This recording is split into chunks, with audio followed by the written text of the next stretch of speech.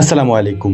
একদিন এমন আসবে, রাত অনেক লম্বা হবে, মানুষ ঘুমাতে ঘুমাতে ক্লান্ত হয়ে যাবে, কালো এক ধোঁয়া গোটা পৃথিবীকে ঘিরে ফেলবে, পশু পাখিরা মাঠে যাওয়ার জন্য ছটফট করবে। ঠিক এমন সময় আকাশ থেকে ছোট ছোট আলোর কণিকা দেখা যাবে।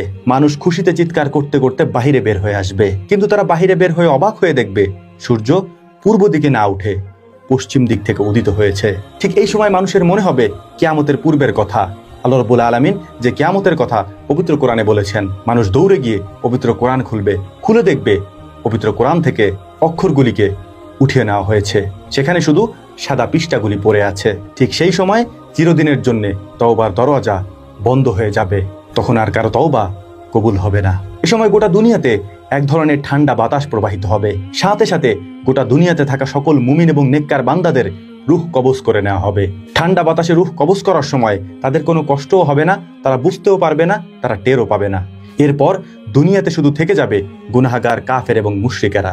এরপর আল্লাহ তাআলার নির্দেশে ইসরাফিল আলাইহিস সালাম সিংগায় প্রথমবারের মতো ফুৎকার দিবেন। প্রথম ফুৎকারে গোটা দুনিয়া কেঁপে উঠবে, ভূমিকম্প হবে, এমন প্রলয়ঙ্করী ভূমিকম্প হবে যে গোটা দুনিয়াতে থাকা সমস্ত মানুষ মারা যাবে, সমস্ত জীবজন্তু মারা যাবে, আসমানের তারাগুলি ভেঙে ভেঙে পড়বে, জমিন ফেটে যাবে, সমুদ্র, সাগর, মহাসাগরের পানিগুলি আগুনে পরিণত হবে। পৃথিবীকে নিঃশেষ করে দেওয়ার পর এমত অবস্থায় কতদিন থাকবে আল্লাহ তাআলা সেটা ভালো জানেন। এরপর আল্লাহ তাআলা বলবেন, আজকের ক্ষমতার মালিককে, আজকের ক্ষমতা কার? হে সাগর, তোমার বড় বড় ঢেউগুলি কোথায়? হে পাহাড়, তোমার উচ্চতা কোথায়? হে আকাশ, তোমার বিশালতা কোথায়? আজকের ক্ষমতার মালিককে? আল্লাহ তাআলা নিজেই উত্তর দিবেন, আজকের ক্ষমতার একমাত্র মালিক আল্লাহ সুবহানাহু ওয়া তাআলা।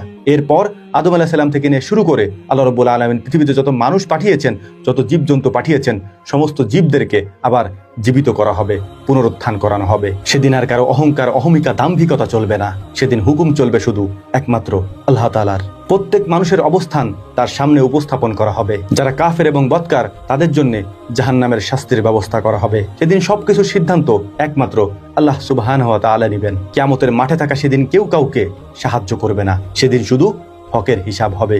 নাম্বার 1 আল্লাহর হক, নাম্বার 2 বান্দার হক। আল্লাহ রাব্বুল আলামিন বান্দার কাছ থেকে রবের হক বুঝে নেবেন এবং মানুষের কাছ থেকে বান্দার হক বুঝে নেবেন। পবিত্র কোরআনের 99তম সূরা জিলজাল যদি আপনি পড়ে থাকেন, আপনার সামনে কিয়ামতের এই পরিবেশগুলি, কিয়ামতের এই দৃশ্যগুলি খুলে খুলে আল্লাহ রাব্বুল আলামিন বর্ণনা করেছেন। আপনার কাছে মনে হবে আপনার সামনে উপস্থাপন করা হয়েছে এটি। অবশ্যই পড়বেন সূরা জিলজাল, পবিত্র কোরআনের 99তম সূরা।